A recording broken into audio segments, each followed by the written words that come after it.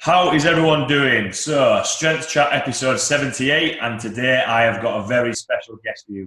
Today I'm joined by a guy, a powerlifter, who reached elite rankings in multiple weight classes. He's also the owner of EliteFTS.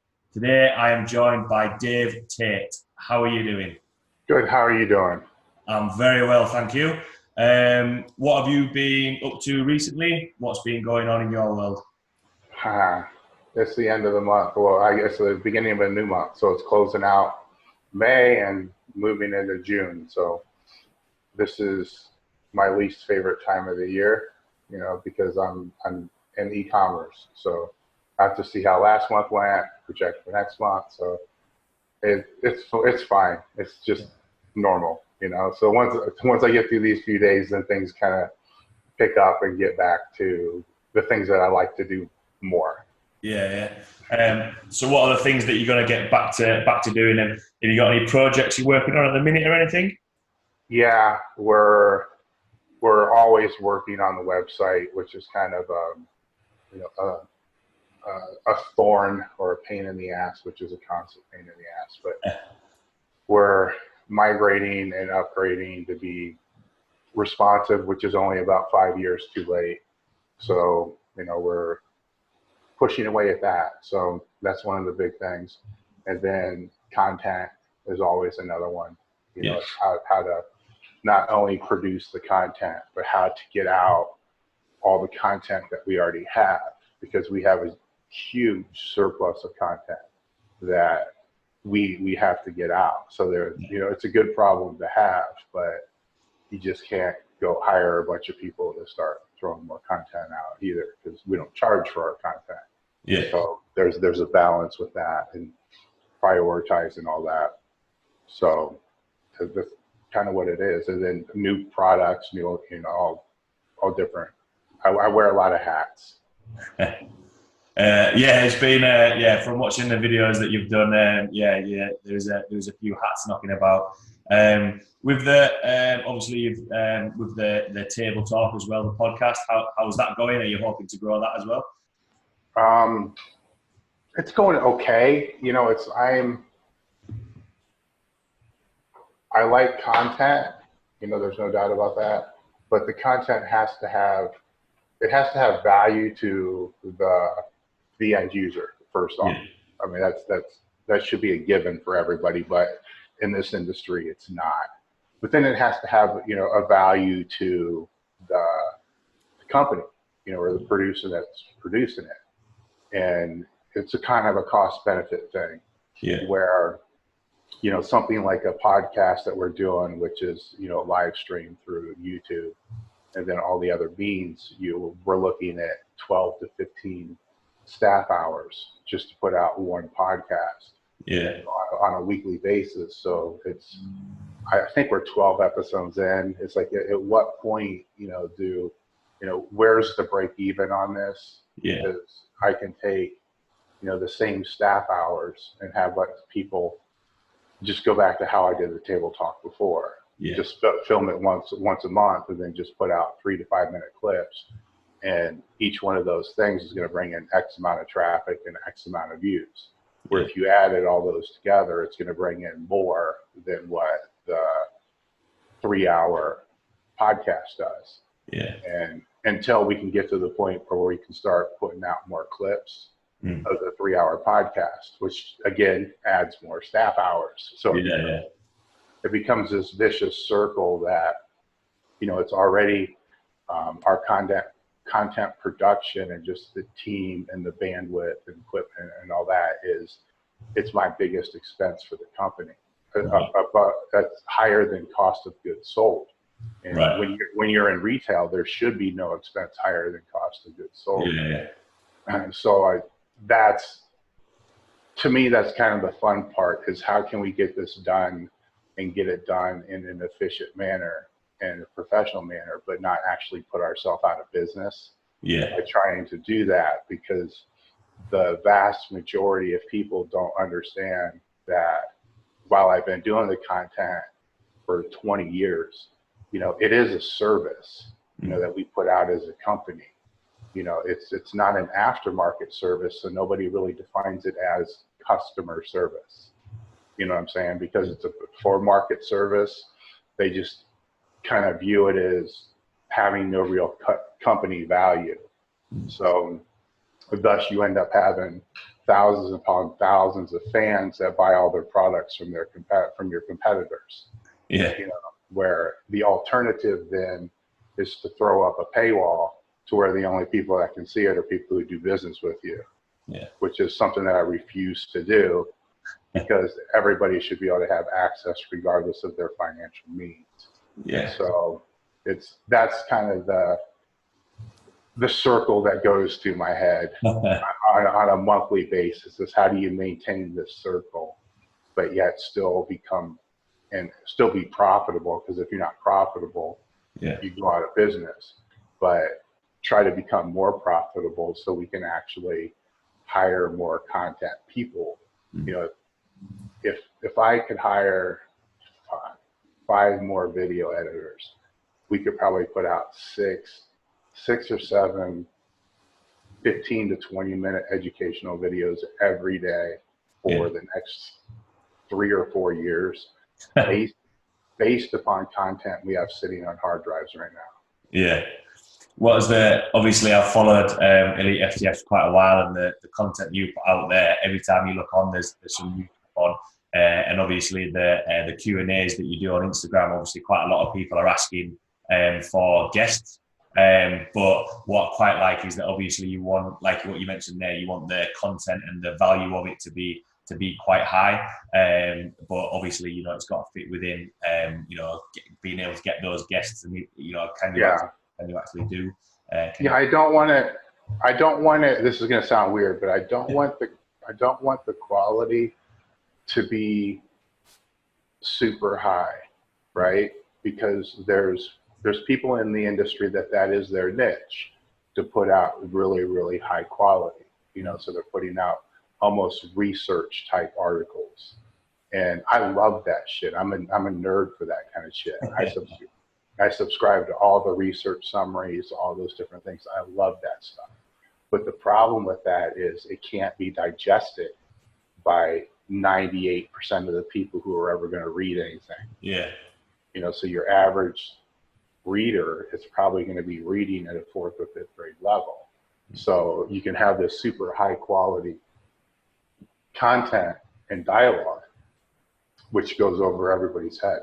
Yeah. Where, to me, the high quality content is the content that can be absorbed and used.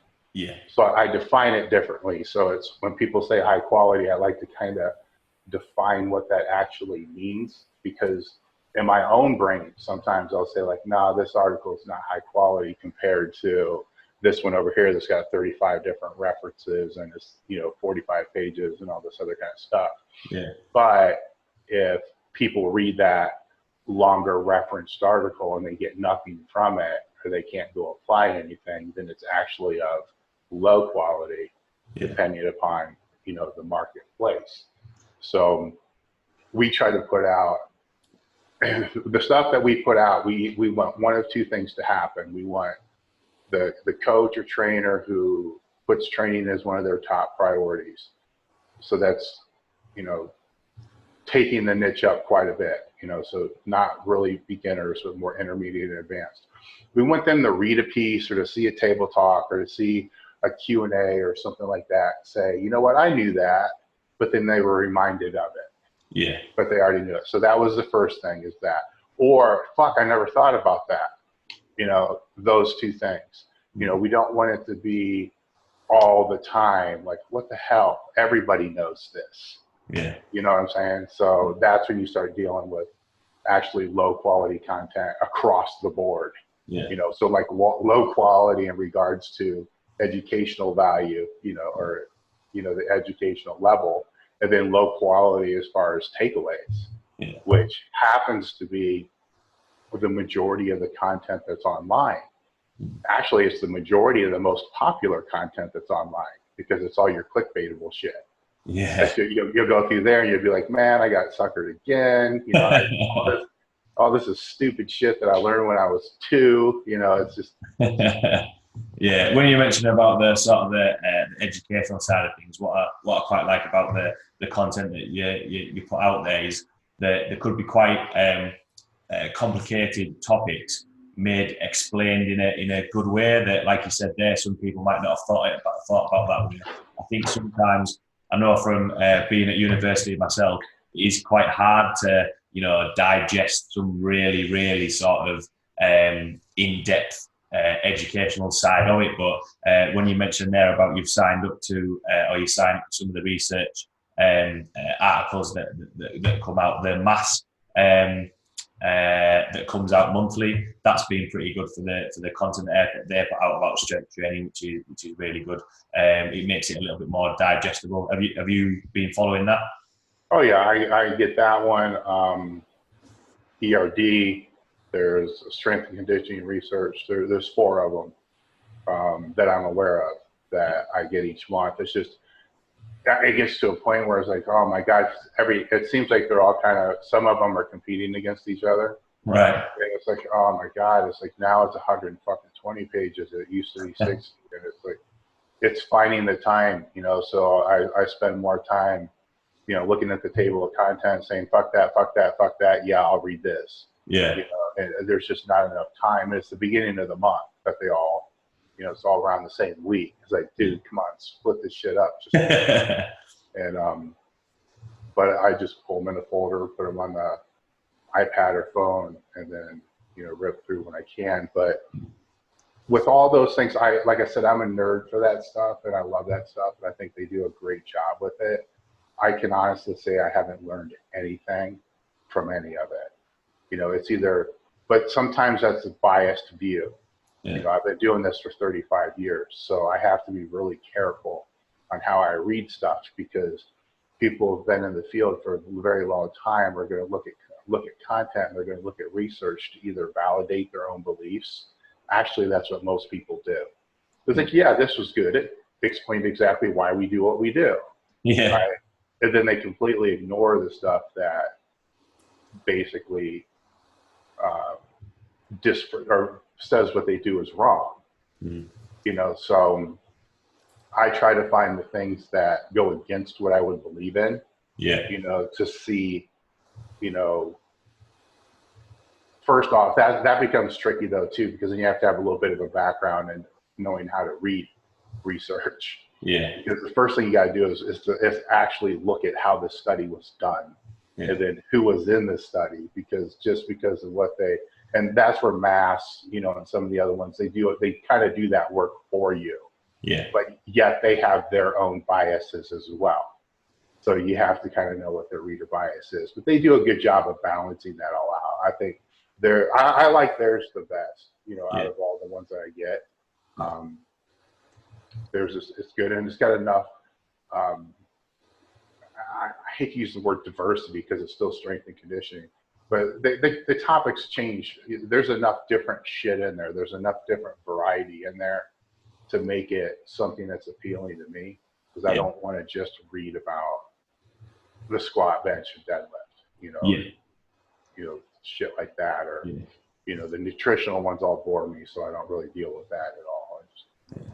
Yeah, I'm quite glad when you said that sometimes you'll look through and pick the ones that you want to read. I do that as well, because sometimes you think as a coach myself, you think, oh, I've got to read everything. I've got to read this, read that. Whereas, I'm glad that I'm not going too far wrong if you pick the ones that that you wanted to read as well. You got to prioritize that. I've learned over time that I read a lot, so probably 2-3 hours per day. I'm not counting what I have to read while I'm at work if I'm looking stuff up. You have to read the things that are going to help you do the work that you're currently doing right now, like today. So I have to come up with a promotion calendar for the next 2 months. So I'll be looking at shit that deals with, sales, promotion, copywriting, stuff like that, trends, what's going on now, so if you're a strength and conditioning coach and one of the things that you're trying to work on right now is explosive strength, you have to focus your reading on the explosive strength, because that's your weakness at this point.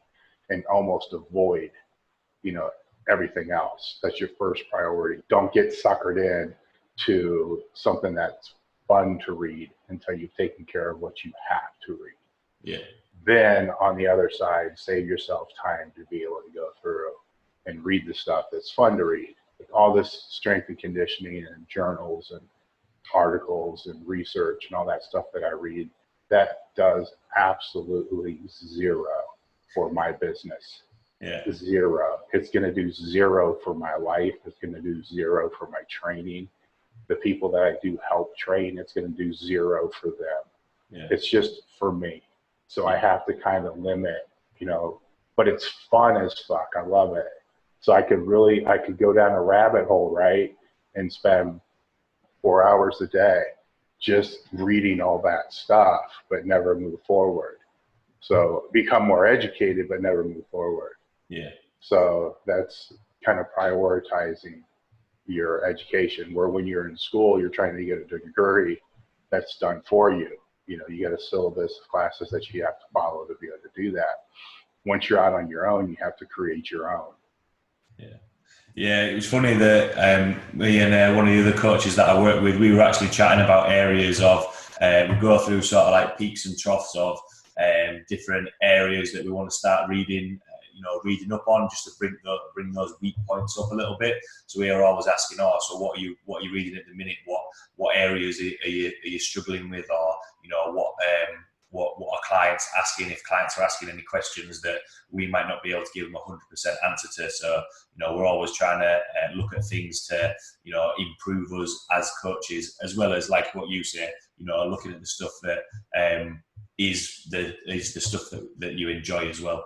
Yeah, I mean, when I spent almost a decade, probably more than a decade, training Gen Pop clients for personal training.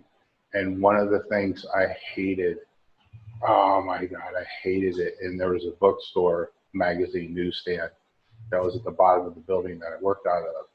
And I would go down there every month and buy every stupid magazine, Muscle and Fitness, Shape, Cosmo, anything that they were going to read, I bought it. All right, and I went through and I would skim through everything, because you're really not going to learn anything new there if you've been around for a while. But then I had to do that though, because they were going to read it, and then when they were at some point in time, they were going to come in and say, "Hey, what do you think about the grapefruit diet?" Because it was just in this magazine that they read. Well, now at that point, I read the same thing, or I've skimmed through the same thing. So I can kind of cite what they're talking about to be able to build that credibility, instead of just saying that's bullshit. Yeah. Because if you just say that's bullshit, now you're putting yourself on a pedestal, you're losing credibility, you're not building a relationship with that person. Yeah. Where if you've read the same thing, or at least taken the time to care enough to read the same resources they're reading, to be able to better explain the advantages, which are none, and the disadvantages, of that, or why it's in the magazine. And then they're going to have more respect for you. Mm-hmm. They're going to keep signing up. They're going to become a long-term client. So it's a good investment, because it's going to increase your lifetime value of that actual client. Yeah. Because of that, it's very simple to not do it and then just say, well, no, it's bullshit. Yeah. Or as I'm sure people do today. I mean, this is before the internet and all the other stuff. People today are just going to look it up on their phone, while the client's there. Yeah. And say, well, yeah, this is bullshit. It's like, come on, man, you should at least you should know what's going on in your industry at the bottom level, the introductory level that your clients or athletes, if you're working with athletes, are going to be exposed to. Mm-hmm. So you can have that conversation. And like I said, it sucks. It's the worst material in the world to read, but it's fast. You can skim through that shit so fast. It's ridiculous. And as well, I suppose people have a lot more access to that type of information, so it's going to be more likely that they'll come in and ask a question on it. I think sometimes that is overlooked. I mean, the amount of times that some of my clients have come in and said, "What are your thoughts on this? What do you what do you think of that? For a funny story, actually, a woman that I trained came in, and her main goal is, she wanted to lose a little bit of weight. This was a couple of months ago, and she came in and she said, "What are your thoughts on?" I think she said something like vibration training or something like that. She said, "Oh, one of my work colleagues has got a machine, stand on, and it vibrates, and it's supposed to, if you do it once a week, it's like the same as training 4 times a week." Not really. I know there are machines like that, and all I did was say to my client, what did the woman look like who said this machine was really good? Is she in really, really good nick? Does it work for her? She said, no, she's not in very good shape. I was like, well, if she's using it, it's not going to be as good as what you think it is. Anyway, I had a little bit more look again, looked into it, and I was like, basically it boiled down to that she was just trying to find an easier way, like what everyone does, find an easier way to get to where they want to be. But exactly like what you said, I didn't want to write it off completely. Just don't forget about that. Mm-hmm. But people will come in and ask questions like that. Mm-hmm. Every day. Yeah. So obviously you mentioned there as well, being within the industry, and obviously you've competed yourself. Just want to give a little bit of a background to yourself, to everyone listening, and how you got to be in the position that you're in now. It's multifaceted, but it's down the same track. So I started competing in the sport of powerlifting when I was 13. So 1983, and then I did my last competition in 2004. So however many years that is, throughout that time frame, there's different classification levels that you can achieve by your total. It totaled my elite 4 different weight classes. And powerlifting was my number one priority. I mean, it was since the time, probably maybe after my first meet. From that point forward, nothing else mattered even close to what that did. So any other sports I competed in or participated in was always a second. So I played football, I wrestled, but there was always, leaving wrestling practice, getting to the gym in time for when the guys that I was training with would start training for, whatever meet we were training for at the time. So none of my powerlifting was ever sacrificed because of the sport I was playing. So, the only time I can see that is we used to have squats on Friday night. And when I played high school, the football games were on Friday night. So It was either, and the guys didn't want to wait until the game was over, because it could be too late. Yeah. So I have to squat on Saturday, and one of the guys would come in. But other than that, it's just been a huge part of my life. So from there, during high school, I spent a short period of time. I've worked since I was 12 years old, so there are various jobs. I ended up getting a job as a fitness instructor. This is before personal training existed. It was basically just showing people how to use the machines and crap like that. That led to working with the high school with their strength and conditioning while I was actually still in high school, because I was stronger than everybody else on the team. And then one year, the first summer after high school, before I went to college. Then when I went to college, I ended up working as a manager of a gym, bouncing as well. I was working 2 or 3 jobs all the way through college. But one of them was always managing the gym in some form or another. There were a couple different gyms, and they were the ones that it didn't pay well. Actually it paid like shit. So I'd have to bounce because that's where I would make the money. Yeah. But the gym is what I loved.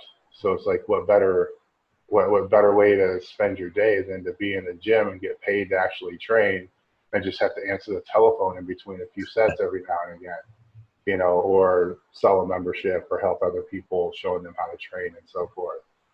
And got my degree in exercise science and nutrition. moved to Columbus to train at Westside Barbell upon graduation. And then 6, maybe 9 months after being here, landed a job as a personal trainer in a corporate fitness center. Worked as a personal trainer up to personal training coordinator for 8, close to 9 years there. And then during the back end of that time, I was also helping Louis with seminars, consultations, and then he didn't want to do those anymore. So I started doing some of those for him and kind of took over that role where he would still do some of the bigger ones, but it was a smaller consultations and stuff like that. He just didn't want to. It was fucking with his training, and he knew it was fucking with my training too, but you know, it didn't matter as much because it was my training, not his. But at a certain point in time, he told me I had to cut back on the shit because it was fucking up my training. Yeah. And around that same time period, I had my son, and I realized I can't be in a gym either training clients or training myself from 5 o'clock in the morning till 10 o'clock at night, 6 days a week. I can't do that. So while I was working with my clients on trying to come up with like some action plan for life, you know, the business or something, you know, like we threw around the idea of starting a training center, to starting a personal training center. At the time, I was answering questions online, just kind of Q&A stuff. And I really liked that because I was able to help more people. So we did toss around the idea of e-commerce and stuff like that. And so I started a Q&A is what it was. It was a Q&A platform, which works a lot like a lot of news feeds do now. Yeah. And so that launched in 2000 before I even had a store. And it was just me answering people's questions because the way it was being done beforehand, I'd get the questions sent to me and then I would answer them and they'd post once a month. So people would have to wait a month. And then meanwhile, I have all these questions and, you know, and it wasn't in real time. And my spelling and grammar isn't the best in the world. So when things post and it's not in real time, you know, you would expect it to be edited. And I didn't have an editor. Now, if things post in real time, like on Instagram, some of the stuff like that, I mean, you're going to overlook a typo here and there, unless you're, you know, just a complete dick. But most people, just, you know, overlook it and kind of go from there. And so I had a lot of people asking me for books and bands because they were things that I was recommending. Like, you should try adding bands, you should try reading, you know, programming and training of the weightlifter, you know, stuff of that. And they didn't know where to get it from. And then my wife was tired of where she was working at the time and expressed to Louis that she hated her job. And he told her or asked her if we would just sell a lot of the stuff that he had, because he had a mail order business at the time. And he's got one now, but he had one at the time, which was ads in magazines, kind of the same way that I started. And he just didn't want to deal with it anymore. He didn't want to deal with going to the post office. He didn't want to deal with shipping shit up and just all the bull crap. He just wanted to sell the reverse hyper and fuck the rest. And so he gave us on consignment probably about $3,000 worth of product that we then tried to sell through magazine ads and, you know, banner ads, more or less. I mean, they weren't even ads, just through my Q&A, you know, on the website. And that then led to having a custom store built, which was the first EliteFTS store selling those products. So it's just a handful of products. And then we had to pay him back. So not only were we trying to invest in more products to be able to add to the store, but we still had a debt, which was interest-free. I mean, he did us a great, you know, I'm indebted to him for life because he did us a great favor by helping us. But at the same time, we also helped him to stop doing something he fucking hated to do. And we're able to sell more product, of his, of his videos and the reverse hyper and the other stuff that he had at the time, which was a relationship that went on. We were selling those products, I don't know how long, maybe 5-6 years. And then a couple of things kind of happened. He wanted to kind of get back into the retail space, because of the internet, and,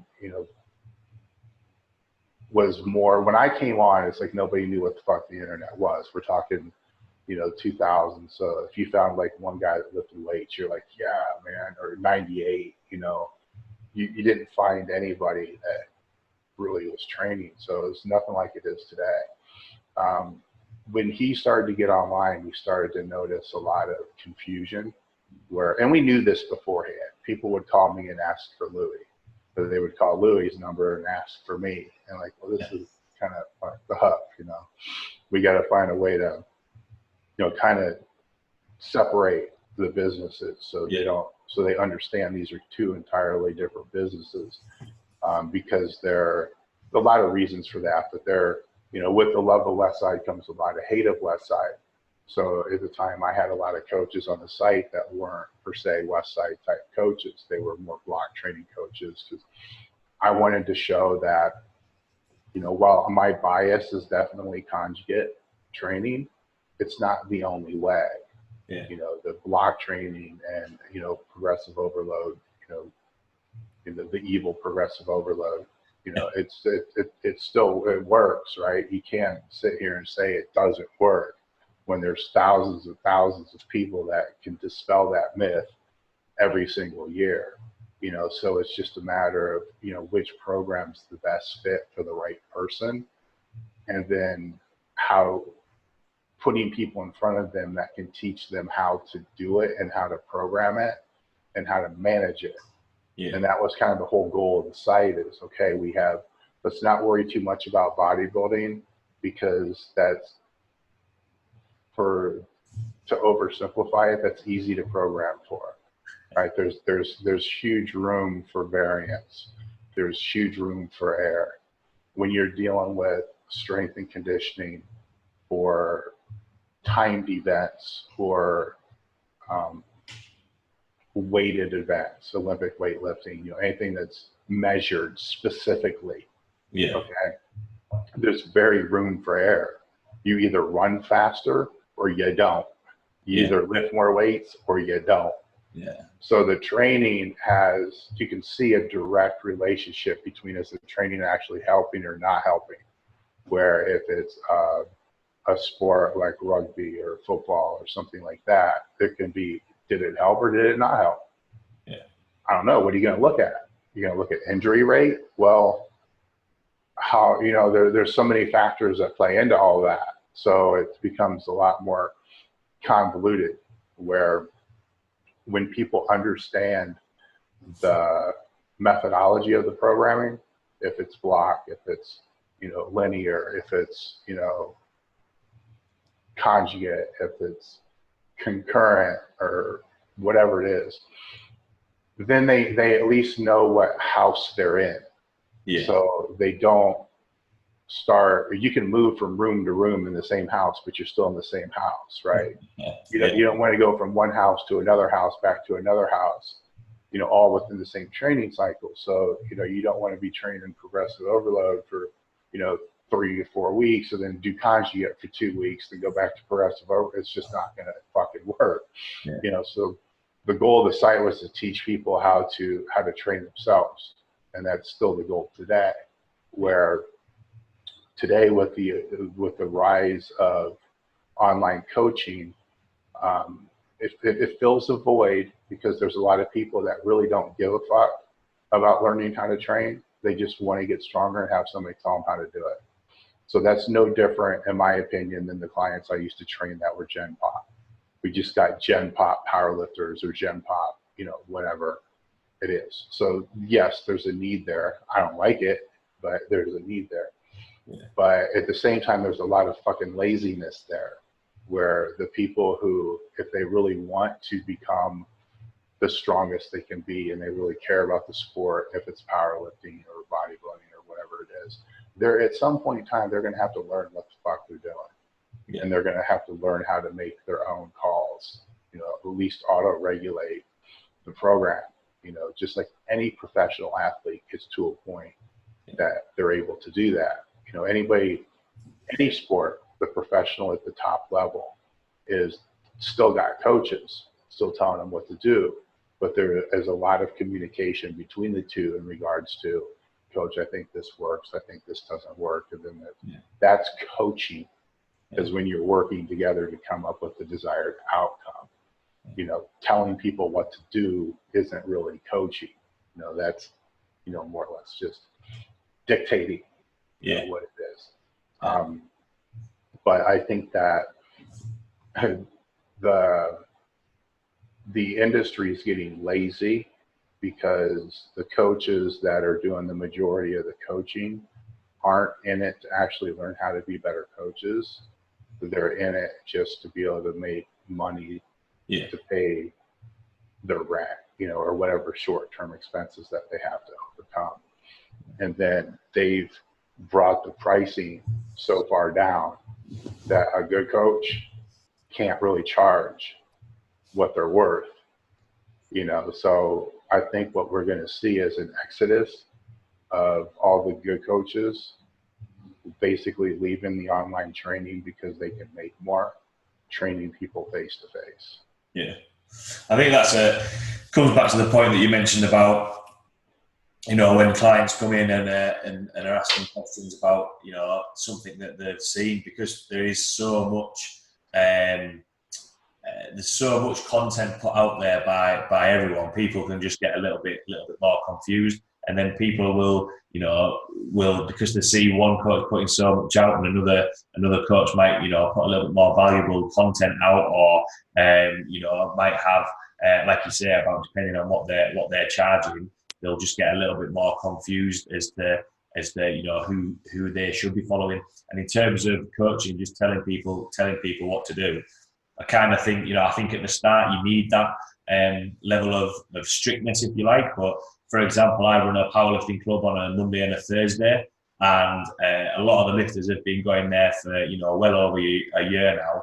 And now it's got to the point that they know when to back off a little bit, they know when to push it a little bit, and it is just chatting a little bit more. So how are we feeling today? How did that lift feel? What do you think of this? And having a little bit more of a chat about it. Whereas when they first came in, I remember just saying, right, let's start with this on the bar, and then we'll go from there. So yeah, I completely agree.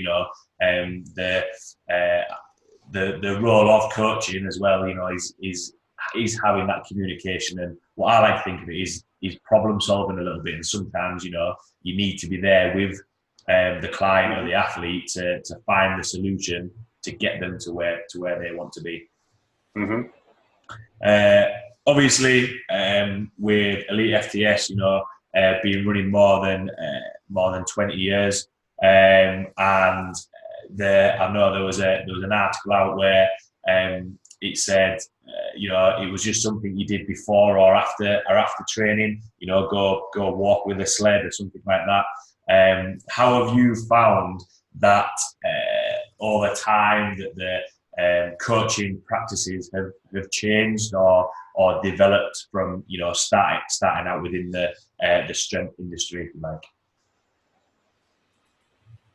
It depends what demographic you're speaking to. I mean, if you want to stay just straight in the powerlifting realm, I think that the way that people train today is far more intelligent than the way it was 20 years ago.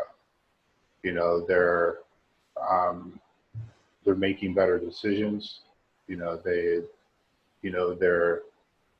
Most of them have learned from past mistakes, of others. The other thing is we have more people being exposed to the sport. So you're going to be more genetic outliers are going to trickle in, which, are going to make, it's going to seem like it's easier for people to break world records, but it's not really easier for people to break world records. It's just now there's more people that have that genetic ability, that God-gifted ability to be able to break that record easier than when there was before. You know, so say before there's 15,000 total lifters in the USA, and now let's say it's 50,000 or 60,000. So in that 15,000, you might have had 50, 100 genetic outliers. Well, take that times 4, you know, so now you start to see more and more and more of them. So you start to see what the human body can do, but you also deal with the flip side of that, which becomes the frustration and the critics of those people, you know, because they still have to work hard, right? There's no genetic outlier that just walks in the gym once a week, applies no effort, and breaks world records. You know, they still have to do, you know, the basics necessary for them to be able to do what they have to do.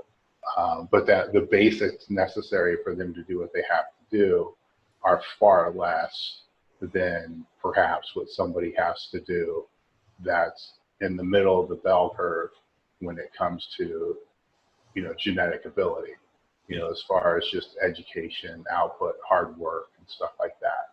So in powerlifting and bodybuilding and strength sports in general, what happens is the people that fit, you know, the top of that bell curve, instead of just accepting the fact that this person is just God-given to be great at what they do and that they do work hard, and respecting that, holy fuck, my human body can actually do this, they become critics. You know, like, oh, he can only do this because, or all his shit's high, or, you know, all this and all this and all that. It's like, dude, that's fine, you know, if maybe you weren't dealt the ace card when it came to genetics, you know, to genetics, but you were dealt, you know, a queen, but you're not even maximizing your queen because you're too busy worried about what everybody else is fucking doing.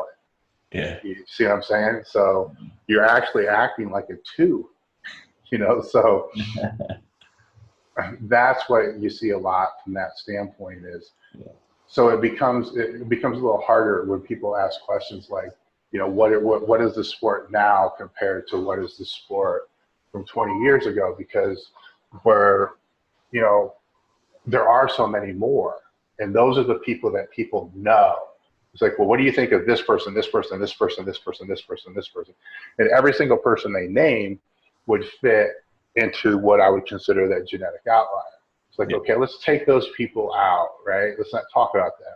And let's not talk about these people on the bottom end of the curve that are busting their ass year after year after year and probably will never get a top 300 total.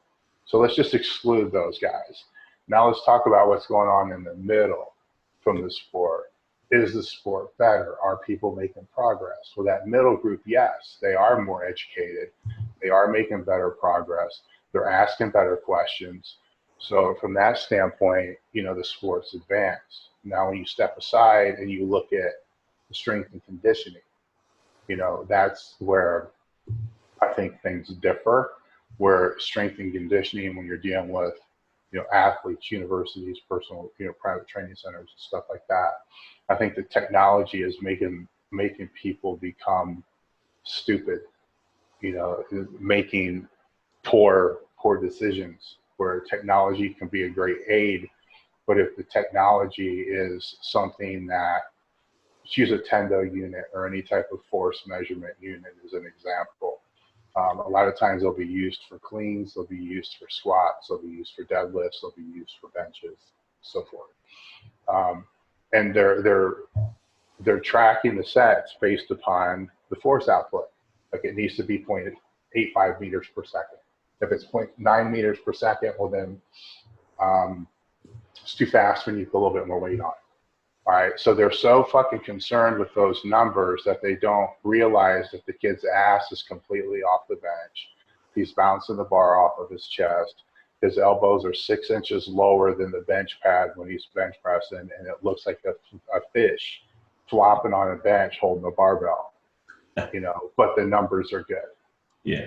So that's an example of where the technology could be a great asset if the kids aren't looking at the fucking numbers every single time they get up, but being rewarded or not rewarded based upon whatever that number is. Yeah. They still are beginners. If they're college athletes or high school athletes, they're beginners in the weight room. Yeah. I used to joke and say that you can take any university athlete out of a university and take him to any public meathead gym, like a Gold's gym, and not a commercial gym, not a full commercial gym, but a serious type gym. Yeah. Take that top collegiate athlete out of the program and put him in one of those normal gyms for a day, and he's going to get laughed at by every lifter in there because his form is going to suck so bad, from dumbbell rows to everything. And eventually somebody's going to say, dude, look, come here. Let me show you how to fucking do this. All right. Now that's a problem to me, because the people that are doing the coaching of these athletes sometimes are being paid a shit ton of money to be able to do this, and they're not doing their job, so, but as I said earlier, when these kids walk on the field to play and they got their uniform on, and you're watching them on a Friday night or a Saturday or a Sunday or whenever they're playing, and you're at home on TV or you're in the stands, you're witnessing things that are incredible feats of athletic performance by the same person that can't bench without looking like a fish. Right? So you see what I'm saying? So as long as that person can still do what they have to do on the field, the coach is fulfilling their job. You see what I'm saying? It's just we're looking at it through a different lens, from that standpoint. Yeah, I agree with what you're saying about that. That in terms of actual coaching, like the format, we've got not very good. I've done a couple of internships with sports teams, and you chat, and having been coaching for a while, I think I've got the ability to be able to go up to people and talk about their form and make sure they're doing things right. Whereas sometimes coming from the education side isn't a bad thing, but like what you're saying about using the technology, they're a little bit more dependent on that rather than actually training the person. And as well, I think sometimes because the technology side of things has become a lot more accessible, that they use the technology, but sometimes don't know how to interpret the information from it. So for me, if you can't interpret the information, there's no real point in using it. You should be looking at actually coaching the person. Or at least track it and look at it in hindsight.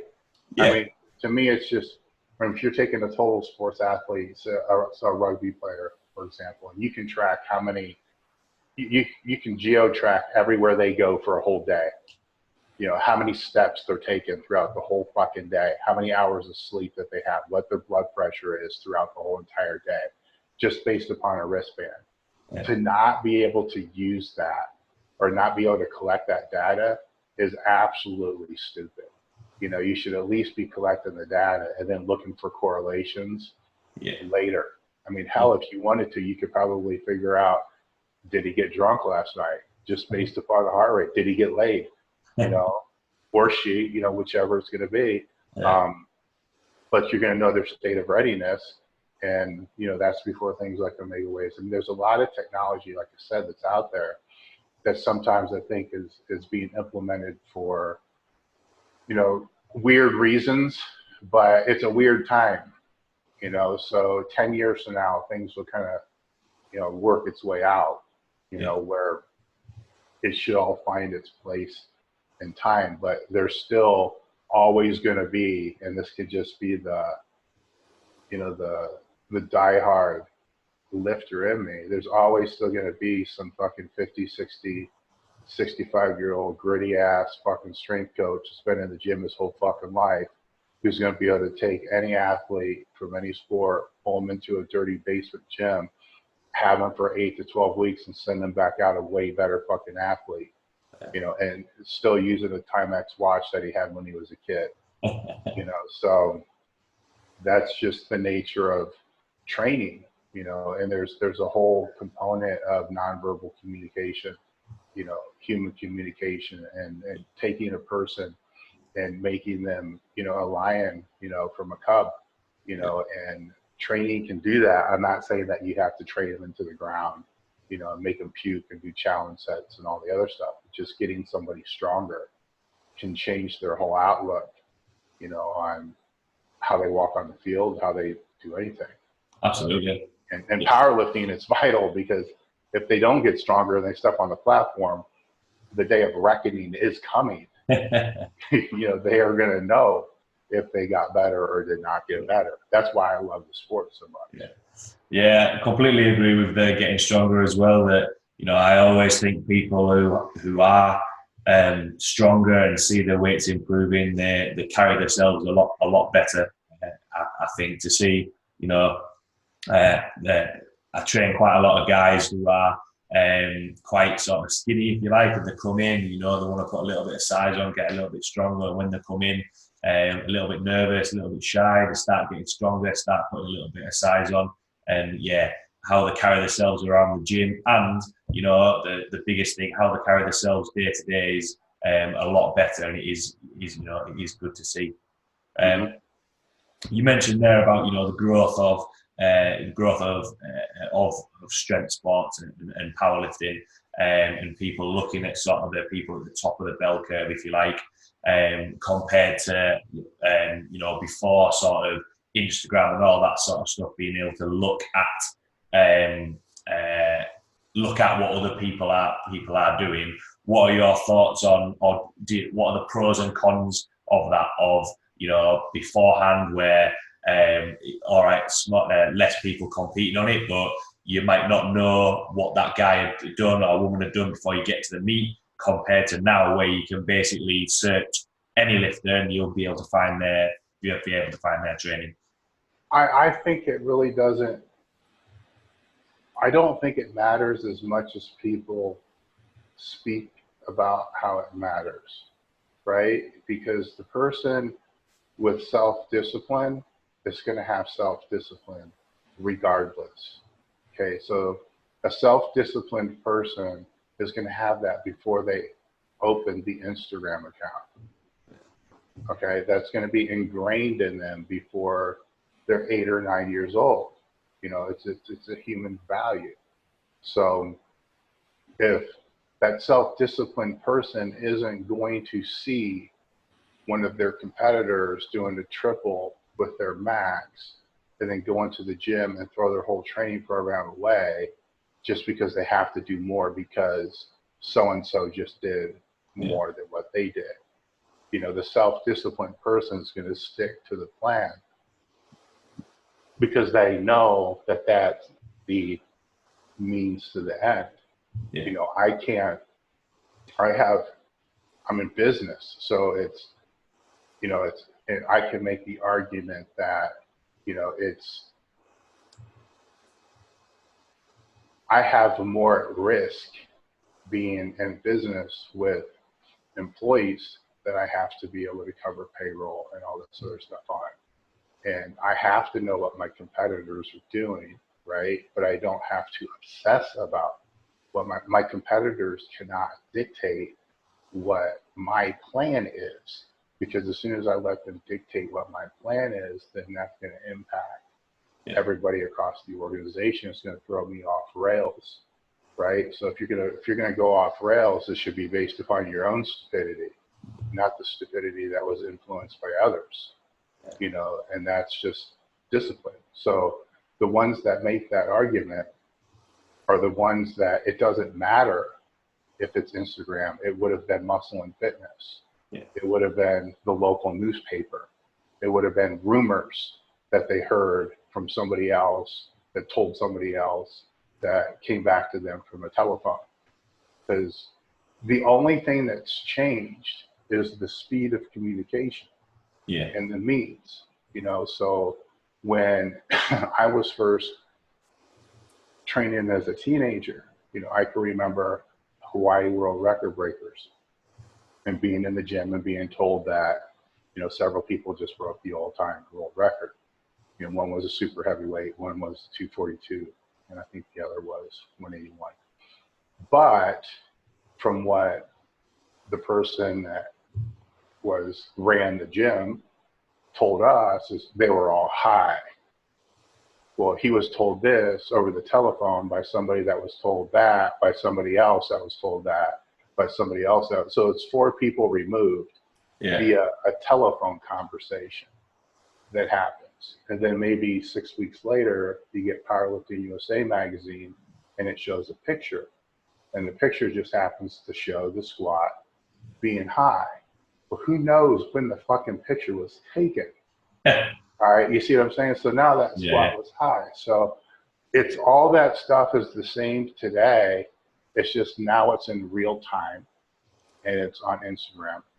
Yeah. And if somebody's squat is high or isn't high, really doesn't have any direct impact on 99.9999999% of the people who see it. The only people it has an impact on is the person whose record was broken, the person who did the high squat that broke the record, and the other people who are close to breaking that same record. Yeah. So we're talking less than 5 people that this one squat actually has a direct impact on. Mm-hmm. But it blows up the fucking internet. Why? Because people don't have enough confidence and discipline to focus on their own shit, that they want to talk about everybody else's shit. You see what I'm saying? So yeah, absolutely. It's interesting that you mentioned there. It only influences or has an impact on the person's record that was broken and the person that broke it at the English Championships. The current British deadlift record holder was helping out on the platform. He wasn't competing, but he held the deadlift record. And the MC at the event said, "Oh, there's someone here coming to break your record." So he had, a heavier weight on the bar, and this other guy basically broke the British record. Afterwards, it was an impressive lift to see. To see a record be broken. They both shook hands, and afterwards he tried to then go extend the record in his 3rd attempt, but it didn't happen. The guy whose record was broken put out a message basically saying this is why he loves powerlifting, because yes, his record was broken, but now it's lit a bit of a fire up his ass, if you like, to be like, right, mm-hmm. I want to push myself to be better. And I think that's what sometimes people often overlook. There's always going to be, world record breakers and people at the top, like what you were mentioning about, the people at the top of the bell curve, if you like. But, for me, when I've gone into competitions, if I walk away with PBs and lift heavier than what I've done before, that's still a good thing. And I think sometimes can be, especially with, like what you're saying about everything being in real time, on Instagram and Facebook, people can get a little bit too caught up in it and start focusing on what other people are doing rather than just focusing on their own performances. Yeah. How long have you been in the sport? So I started competing I've been powerlifting for just under 4 years, so not very long. Okay. And what federation? Is it IPF? IPF, yeah. Are you familiar with the rule book? I like to think I know most of the rules. Okay, so you're pretty familiar with the rule book. Okay, here's the thing that I like to put out to just something for people to think about. If you're familiar with, the IPF rule book, basically all of the rule books are some form of that, give or take a couple moderations here or there. Yeah. You can go through every world record, almost every world record, the high percentage, and look at it with the most critical eye, with the rule book open, and find a reason to turn down every one of them. Okay, so that's just something to keep in mind. You know, it's not always depth. Did the bar go up and down? You know, were there other rules violated? Did the hand open? You know, there's always things, right? Yeah. So that's the first thing to keep in mind. The other thing to keep in mind when critics are bashing stuff is a lot of times when a world record is broke and they say, well, that world record was, you know, it was bullshit, it wasn't fair. They just broke the world record of somebody else that was told when they broke it, it wasn't fair, it was bullshit, and so forth. So it's just kind of always been that way. But the story that you tell is generally what you always see from the guys at the top, you know, because they're usually not the ones that are creating the loudest noise.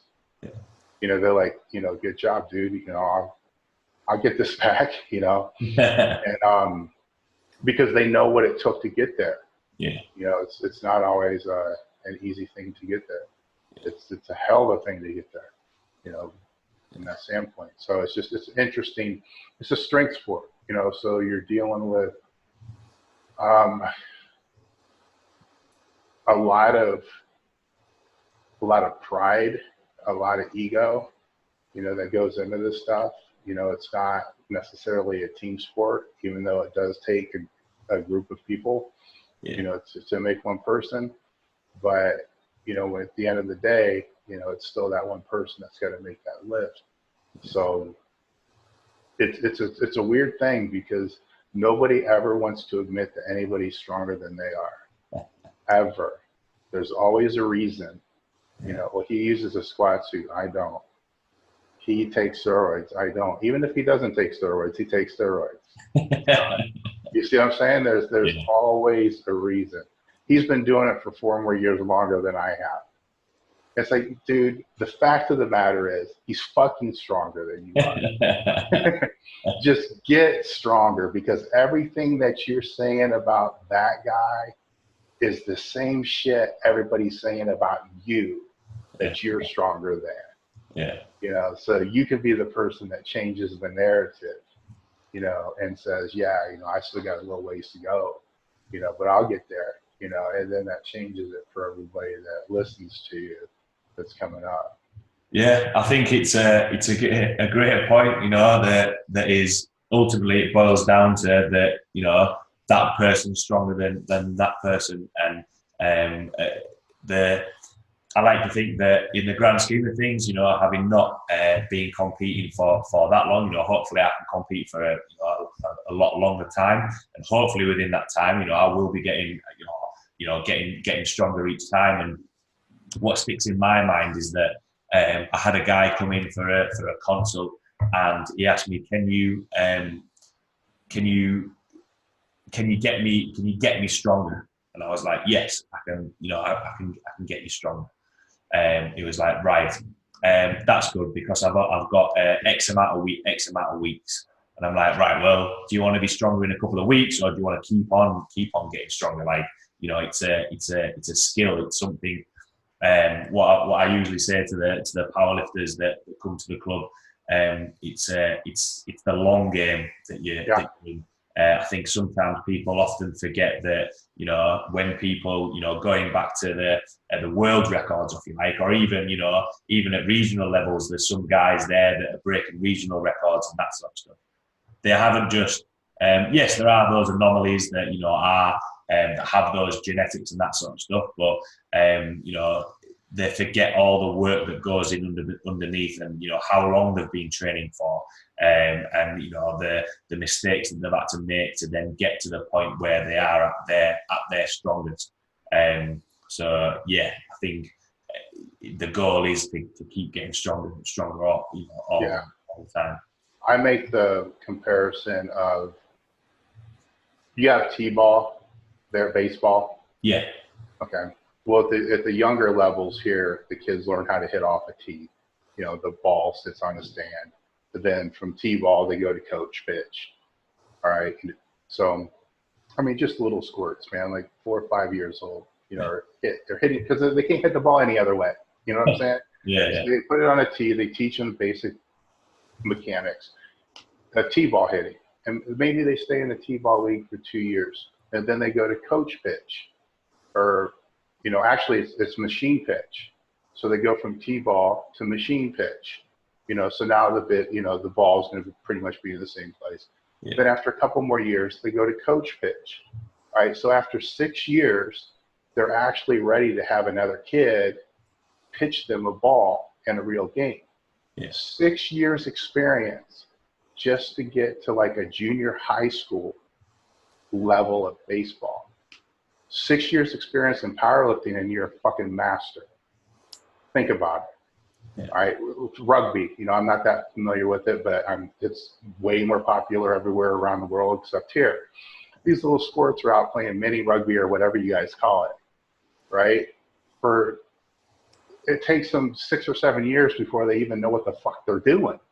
You see what I'm saying? But a powerlifter is an expert after 2 years. Yeah. You see, it's a weird thing, but to kind of complement what you were talking about, I have a group of lifters that train out here. It's a very small group, and I will help guide or mentor an even smaller group of them. And before I'll bring anybody into that, I want to see them train and then just show up consistently for at least 6 months prior. I don't even want to know their name until I see consistency for 6 months. And then I don't charge them anything. We'll get to a point where I'm going to sit down with, I can make anybody, if they have basic gym experience, they fucked around in the gym for a few years. They built some muscle, they kind of know how to lift weights, they know how to do lat pull downs, curls, they know the stupid shit. They're not a complete total beginner. Yeah. I can take anybody and get their elite total, but it's going to take 5 to 6 meets, and it's going to take 3 years, 2 to 3 years. So that's what I look for, and that's what I tell them. It's like, I'm willing to help you, and I will mentor you, and I will guide you, and it will start out by me basically telling you what to do, but by the time this is all over, you'll be telling the next person what to do. You'll be kind of running the ship, and that takes like 1.5 years before they start to get a good acclimate, good enough knowledge, working knowledge to know how to pivot, somebody else, because they got to figure out how to do it themselves. And if they stay consistent, and this is almost regardless of genetic ability, unless they're just awful, they can get there, and now if they wear single ply or multi-ply gear, I can probably shorten that time frame in half, because of the carryover, is going to change from that standpoint. But 5 or 6, but see, when I present it this way, and I think that you're kind of doing the same thing, but you don't really see the advantage to it. When I present it in such a long frame, 5 or 6 meets to actually get to the point where you're qualified to lift in the nationals. That's figuring 2 meets a year. So there's time for off season, there's time to work weak points, and regardless of what your training protocol, there's still factors that are the same with everything. Now, when I come to them and say, okay, your form sucks, it's actually worse than sucks. It's really fucking bad. So for the first 3 months, we're going to squat twice a week. You're going to do 15 sets to 20 sets of 2 reps on a box one day, off the box the other day, at a very moderate weight, because we really don't know your percentage because you suck too bad to max out. So 135, a moderate weight, and that's what it's going to be. And if it's not getting better, it's probably going to happen 3 times a week. So it could be 60 total sets, 120 reps over a period of 1 week at a moderate weight for at least 2 or 3 months. They're completely cool with it because they're seeing it as 2 or 3 months out of 3 years. Yeah. Now what I have is the opportunity to get 480 to 600 quality technical reps in without having to worry about the weight being a disruption. Because obviously the heavier you get, the form changes because the weight gets fucking heavier. Yeah. So it's gotta be heavy enough that they have to be challenged on their technique. Mm-hmm. I'm not talking broomstick squats, so 50-60% range or whatever it's gonna be. I can get more technical reps done in 1 month than most coaches get done in 2 years, by doing that. And then I have the athlete already preset, like, well, this is what I have to do. And then when I start squatting them for real, I don't have to fucking worry about do this, do this, do this, do this, do this. Every technical flaw that I see is going to be created because of a muscular weak point, not a technical weak point, because I addressed that over the 2 months. Now, where they fuck up is when they sneak in or they go someplace else and they have it. You see what I'm saying? Yeah. They are meatheads, and as long as you're a meathead and you always stay a meathead, you're always going to be able to stay one step ahead of the meathead, because you ask yourself, what would I do? Like, I know what I fucking do. I would do this bullshit, then I would leave and I'd go to World Gym down the street and I'd work up to a heavy fucking triple. So you got to kind of figure that and kind of factor some of it's going to be in there, and you might have to even throw it in there just to kind of satisfy their need without breaking anything. But when you lay it out over a course of meets, like this meet here, and you can't really, because the way meets are scheduled, you can't really say here's the day and month, because who the fuck knows what it's going to be, So right now it's pretty much all women that I have. So I can say the women's pro-am, which is a meet in Cincinnati, on 2 years from now, that's going to be the meet that you're going to qualify for your pro total. And then that meet after that, you'll lift in it first time as a pro lifter and kind of go that route. And you sell them on it, right? And then they know, and you hope they fucking stay, but the odds of getting them to stay increases because their mental commitment increased, because now all of a sudden it went from joining your gym just to be a place to go get strong to like, okay, this is like when I played sports in high school and it was 3 years. I got 3 years here. I'm just a JV right now. I want to be a senior captain. So you got to kind of, and I like to frame things back and find out, did they play sports in high school? Did they play in? And then I can start relating things back. Like, this is when you played volleyball, and and provide more of a reference. Yeah, it's a good way to think about it. Strength is a skill, and a lot of people. There's some people that come to the powerlifting club, and we've got T-shirts saying that they are powerlifters, but none of them have actually come. Well, some of them haven't competed in a powerlifting competition, but they call themselves powerlifters, if you like. But it's a little bit like the similar for me when I first started powerlifting. The goal was to, I thought, I know, I'll qualify for the nationals. Anyway, every year they changed the qualifying total. So when I thought I'd had it, they changed it again and they upped it a little bit. And basically, last year was the first year that I'd competed at the British Championships. This year, I've got my qualifying total. This will be the second year that I've been able to compete at nationals. And with the qualifying total being changed, basically that just said to me, right, I need to get stronger. I need to put more effort in, because obviously what I'm doing right now, basically if they're changing the qualifying total, it's saying, look, you're not strong enough to compete at that level. And after, it's funny that you say, at least 3 years. It's taken me 3 years to be able to get to a point where I can actually, go and compete at nationals.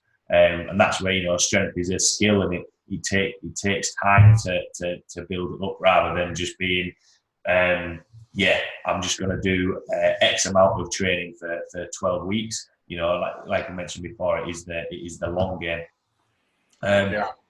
You chatted about as well, the coaching side of things and people and getting people technically, making sure that people are technically sound, so that if things do go wrong underneath the bar under a certain weight. And I think there was actually a post put out about coaches that try to be different or try and do something different. Obviously, quite a lot of the more I've looked into the coaching and the programming side of things, a lot of the things are already working. It's a little bit like what you mentioned about the research. It basically just tells you that what you're doing is working. What are the pros and cons of coaches that try to be different and try and put something different out there? The pro, obviously, is going to be the marketing aspect. They're going to draw attention. So if they're trying to build online clients, they're hoping that attention is going to be able to have a return, from that standpoint. So that's the pro, right? The con is you still have to deliver a quality product. Yeah. So marketing and branding is different than the actual product fulfillment, right? So there's a whole process, right? There's marketing, branding, and the sale. Then there's the product fulfillment, and then there's the aftermarket, fulfillment of whatever the product is. And this is the same if it's a service or a product or anything else. It's just basic business. So sometimes you got to be careful on what your marketing and your branding is, or what even the article title, is it clickbait? Because the clickbait might be great, right? You'll get a lot of people to come to the article, but you're never going to get those people back if the article wasn't what it was supposed to be. Yeah. So good for a one-time shot, but we're not talking about prostitutes here. We're talking about trying to find a long-term girlfriend. So, it's a different story. Yeah. So that's the advantage, is they're going to garner attention, or they hope to garner attention. But sometimes that different can be so stupid that the attention that they garner isn't really what they expected. Especially with conjugate stuff, because conjugate stuff, they can just start slapping shit together, and it's just ridiculous. Yeah. But I mean, it will work, right? I mean, it's going to definitely be a stimulus to the muscle, where I think I posted, if I haven't, I will be soon, a tsunami bar with bands and chains, and it's like 800 different things on there, which is it's just me fucking around. It's just like, how stupid can we get? Does it really matter? It's a max effort sack, so. Fuck, who cares? It's just straight. But from trying to be different by taking a standard training protocol that works and then tweaking it to try to make it your own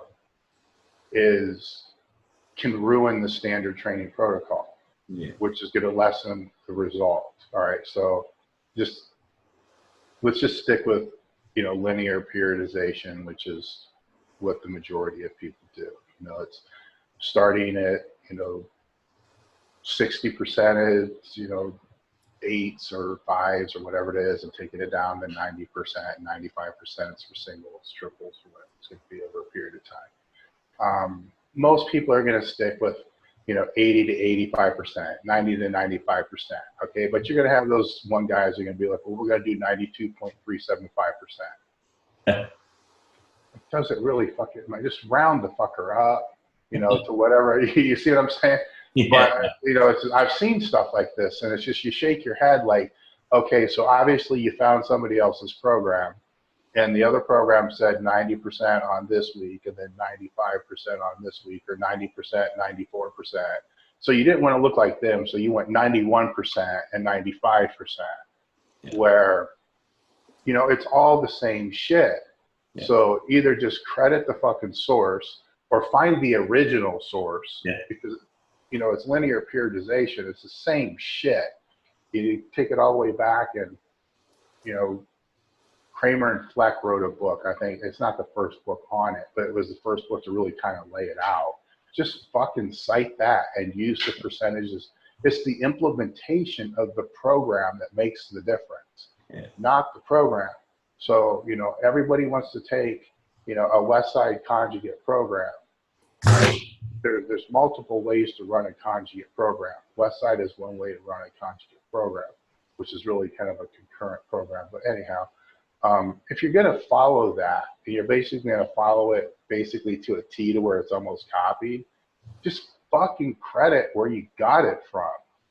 Like, yes, this is like a West Side program, or, this is my version of a West Side program, or this is conjugate training based off, a Louis Simmons model. And then make the adjustments according to how you would adjust it. It's not that fucking hard to give credit where credit's due. But nobody wants to do it because and what happens is they don't, and then the original person who thinks they're the original person, but they really aren't, finds out and then calls the other person out for stealing their program. And sometimes they do it verbatim, word for word. Which, that's stealing somebody's program. But I mean, there's only so many different ways that you're going to run, a dynamic effort wave, or that you're going to run. You see what I'm saying? Yeah. It's like, okay, my dynamic effort wave is going to be 50%, 55%, 60% over a 3-week wave of 8 sets of 2. Oh shit, you stole that from Louis.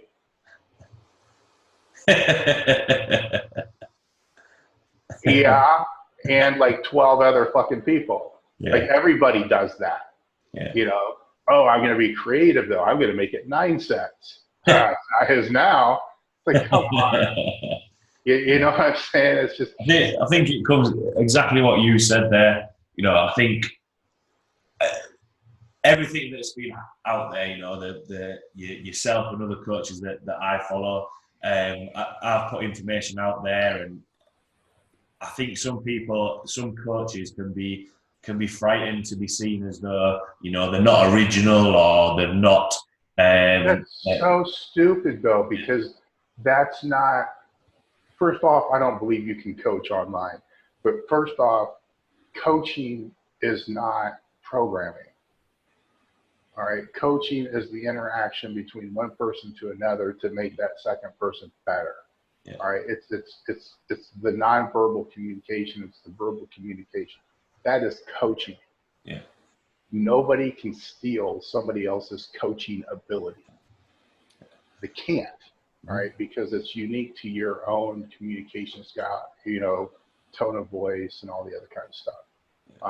They can steal the program, right? But to be completely honest with you, that's probably the most irrelevant part of the entire fucking process. Because how many changes, you're working with lifters, how many changes to the program, quote program, are being made during the course of one day? With a group of 10 people, 15, 20, it's like, dude, look, man, you need to take that again. That looked like shit. And it could just be 135. Or they walk in the door looking like shit. Like, dude, what is your problem? You get to hear all their fucking drama. And it's like, look, go over there, foam roll, stress, deload, man. Get your head in the right fucking place. Step out the door, walk back in. Think of all those things. That's coaching. All right. At the end of the day, whatever's on that piece of paper is fucking almost irrelevant. What's funny is that when that's said to the client or the athlete, they sometimes look, what do you mean? And it's it's that saying of you could follow if you follow a really bad program consistently, something's still going to happen. There is still going to be some result at the end of it. But for a beginner, yes. If a beginner follows a really good program but inconsistently, nothing's going to happen. Obviously, when you said they're beginner, it gets a little bit more as people get a little bit more advanced. But completely agree. The coaching side of it comes down to right, how are you feeling today? How's your day been today? Oh, well, I've had a shitty day at work. Right, okay, so stress levels a little bit high. That's what it boils down to. And with the things that the research, the practices that other coaches have put out there, give credit where credit is due, because I think if for whatever program that you've used, a little bit like with the content that's put out there, it's been put out there for a reason. I'm sure if you Google certain programs, it is gonna come up with information. Oh yeah, tons. So just on that note, then, what are your for people looking to find information or content? What's sort of the go-to to make sure that the sources that they're looking at is credible or a reliable source of content? EliteFTS.com. I mean, we vet out everything that we put up. So from we have a different vetting process. So the athletes that we sponsor the athletes based upon their athletic performance ability. So I'm not going to sit here and say that our athletes are great coaches. That's not why they were put on the site. Some are very, very good coaches, but they're not put on the site as coaches. So the coaches that we put on our site who are listed as coaches are for real coaches. You know, they coach for real, with the exception of myself and Vincent DeCenzio, just because I didn't know where to stick us. You know, so that's the only place that really made sense, was to put us there. The columnists that we bring on, the ones that are listed as columnists, have been vetted out to be somebody that can produce content that has an educational value over a period of time. So that basically they're the real deal, but as a columnist, they may not be the best coach in the world. All right, I can find the best coach in the world and say, write an article, and the article sucks. All right, and it has no value, no educational value. So when you're looking for people that's going to put content out, you want the content to be able to have an educational value, but have them be able to come from a background to be able to disseminate what that educational value is, and then be able to put it out so it's something that people can learn from. So our columnists are all vetted out. The outside submissions, which are the articles that we basically take from anybody, they're reviewed on an article by article basis. So it's not like when I see the author's name, because usually I'm the one that has to vet these out. I might read the author's name and I might read the bio, but I'm not going to go search the author and start digging around to see, is this guy for real? Is he not for real? It's an outside submission. I don't give a fuck. I read the article. Is there stuff in the article that has value that can help somebody? Because we may never see another article from this person again. Yeah. Okay, this may be a great, one-hit wonder, but be that one idea that you read this, fuck, this is great, I could use this. All right, so does it really matter who the author is if that idea is great? Now, if they submit 6 or 7 articles, then we start looking at, hey, maybe this guy should be a columnist. Then it becomes a different story. Like, okay, who the fuck is this person? Do they actually coach people? Yeah. Are they for real? Are they legitimate? Let's look at the referrals. Let's do a deep dive. So I think we dig deeper in the vetting process than I like to think anybody else does, when it comes to the content. And it's based upon the levels that I just stated and how it's being done. Because I don't want people to come to the site and say, and have the questions that you have. Is this credible? Is this not credible? I did that work. We did that work. It's all credible. All right. Now it's up to you to decide, is EliteFTS credible? Okay. Then that's for the reader to decide. If the answer is no, then fuck it, don't read the site. Go read something else. But it either, with us, in a reader's opinion, it's either going to be 100% yes or 100% no. I'm very biased, and I have no reason to think why anybody would ever say it's 100% no. I think that's impossible to say that. But it may not have the content that they want. If they want more heavily sports-specific type training dealing with sprint mechanics, track and field type stuff, we're definitely not going to be the best source for that. We don't have enough content for that. We fall more on the strength side. So from there's a tree. Okay, it can branch off. From there, you start looking. Okay, who's the author? Does the author write other places? Okay, then where other places does the author write? And then you got to kind of go from there. What you typically find is, while there is information overload, and I understand how people say that and how that is supposedly a problem. I disagree and don't think it's that big of a problem. I think if it's that big of a problem, you're a fucking idiot. And that's even if you're a complete total beginner. You can't tell me that my 15-year-old kid, because I've tested this, go on YouTube, try to find people that know what they're talking about with strength training. They're going to find a lot of people. They're going to find a lot of people that are entertaining that they really like. But after like 5 minutes, they're going to be like, nah, this guy's kind of a joke. Yeah. All right. So they're pretty good at figuring out, what's reputable and what's not reputable. So let's just say that 50% of the bullshit you can cut out really fast.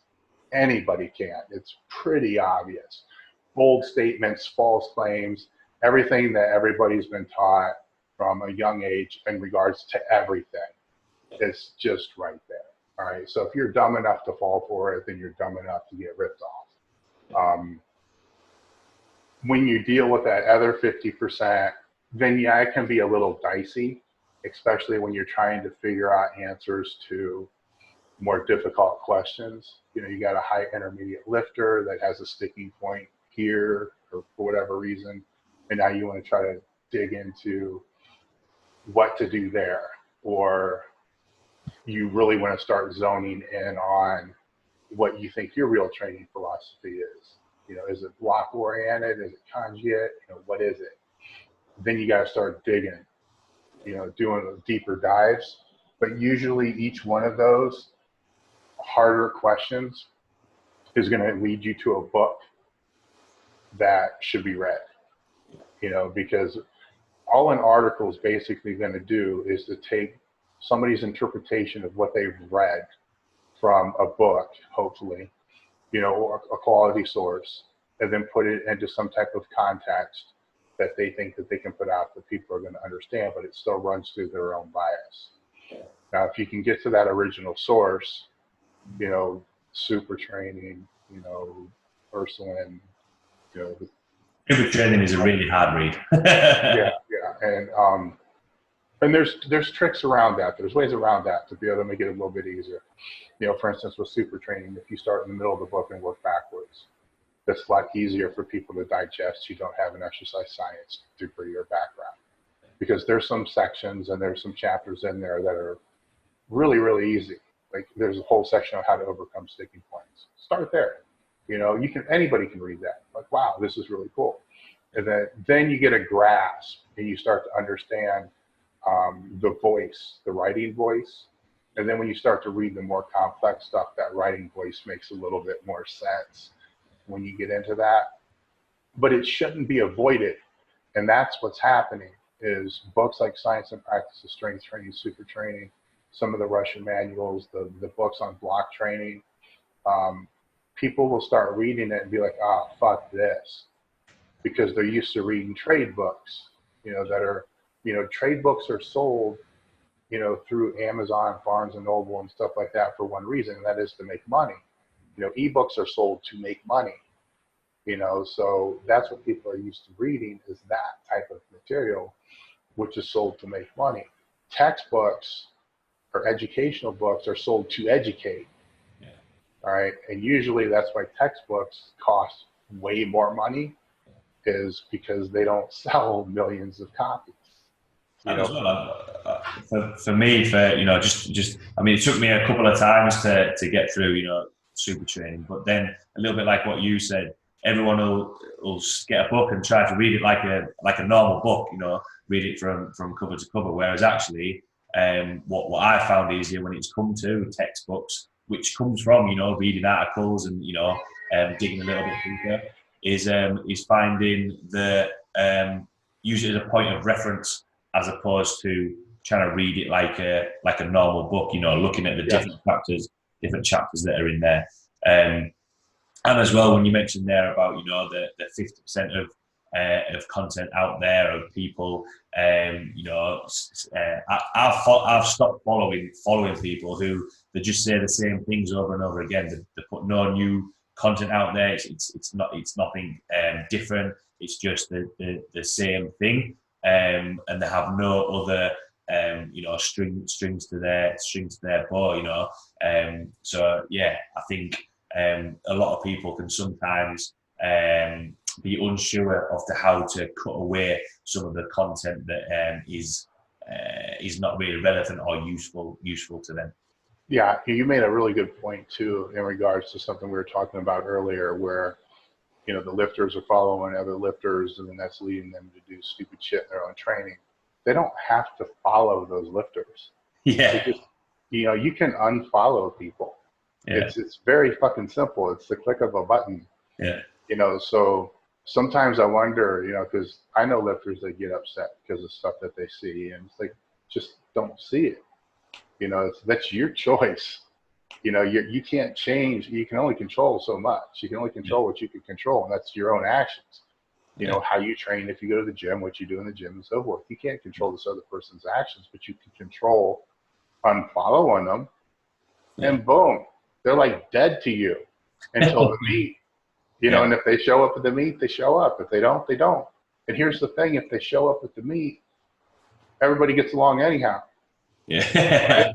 You see what I'm saying? So the whole persona of the person being a dick or whatever he is online isn't what the guy's like in person. Yeah. So who would you rather know? The person as they really are in real life, or the persona? Yeah. It's easy to decide. Yeah. Well, yeah, absolutely. And exactly what you said. It's you can unfollow them. It's a little bit like watching TV. If you were watching something on TV, you didn't want to watch it, you would change the channel. So you don't have to. Like you say, you don't have to. Follow them or look what they do. Moving on to sort of the next question that I wanted to chat about is obviously being in and around strength sports and coaching for such a long time. What would you say would be the because obviously how things have changed as well, sort of with everything in real time and that sort of stuff.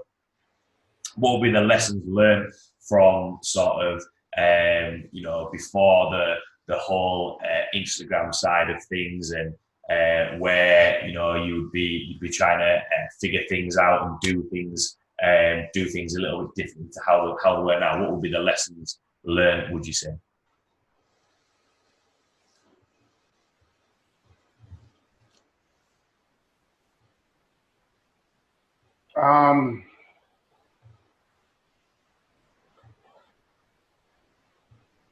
I don't know how to really answer, because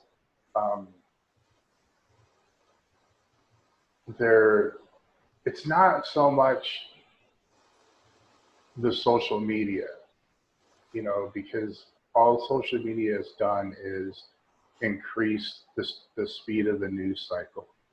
So it's all some form of news, some form of education. So, I'm not into politics and all that other kind of shit, but, Twitter is extremely fast when it comes to, news cycles. Yeah. Where, many, many years ago, a news cycle used to be a week, shit, it was a month sometimes if it was a magazine. Now it's hours. Yeah. Sometimes it's even shorter than that. So somebody can say something really fucked up, and really fucked up, and it might 24 hours later, it's gone, it's forgotten. Something else has replaced it. So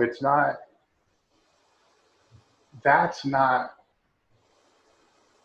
changed the way people train.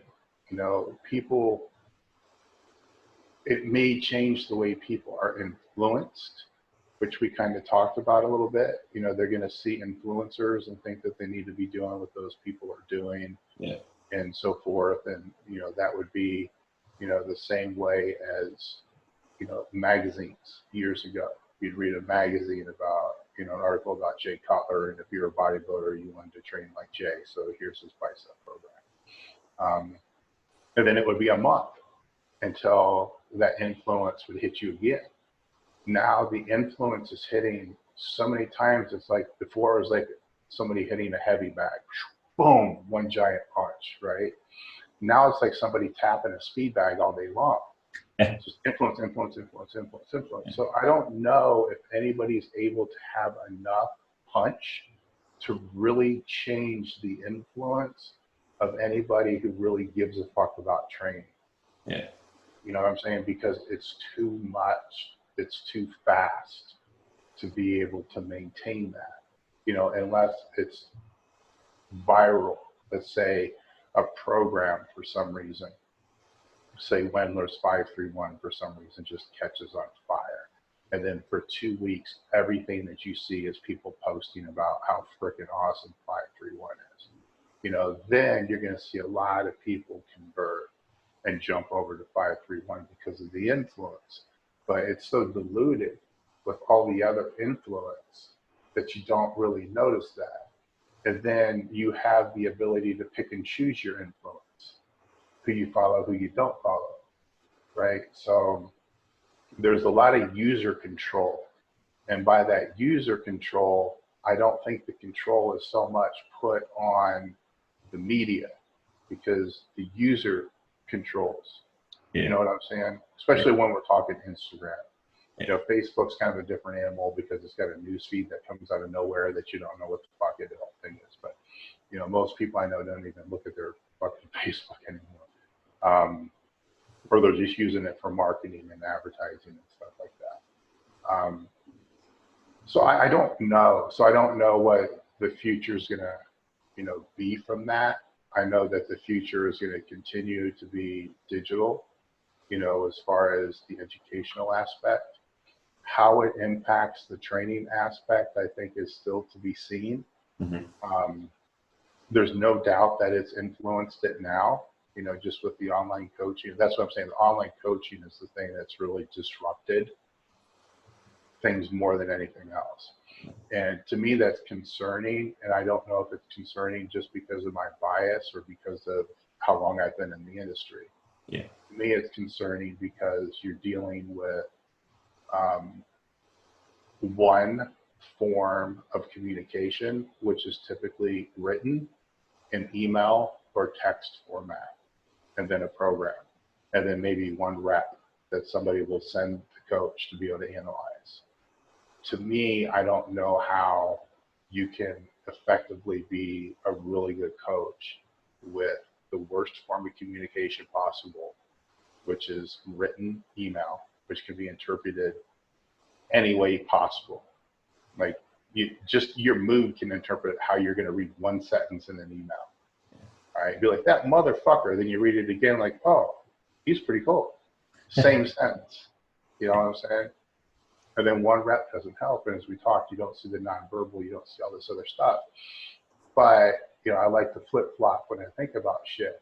Will the technology catch up enough that when you have an online client, now they have, you know, their wristband, Apple Watch, whatever it's going to be, which is going to give you all the biometrics as far as rest, recovery, heart rate, what was going on during their training program, to actually give you more metrics that become more valuable than nonverbal communication. Yeah. Me, when my own bias, I don't think any metric will ever become more valuable than nonverbal communication. But time will tell, you know, so that's where that is. But, and then with, you know, I just saw the other day, there's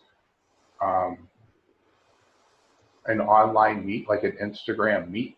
Like, everybody's going to take their lifts and they're going to video it, and then they're going to send it in. It's all going to be on Instagram, and it's going to be kind of, you know, done all on the same day, and whoever wins. So you're going to start having fucking meets on Instagram. Like, what the fuck?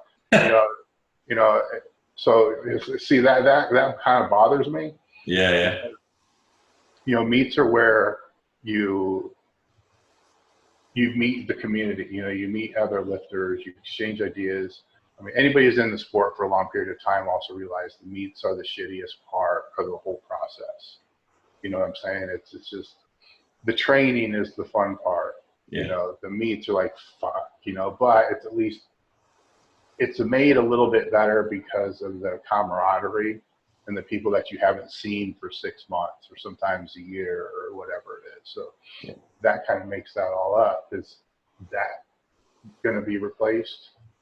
So, I don't know. I mean, I think, that would be, technology gone mad, if you like. I still think, there has to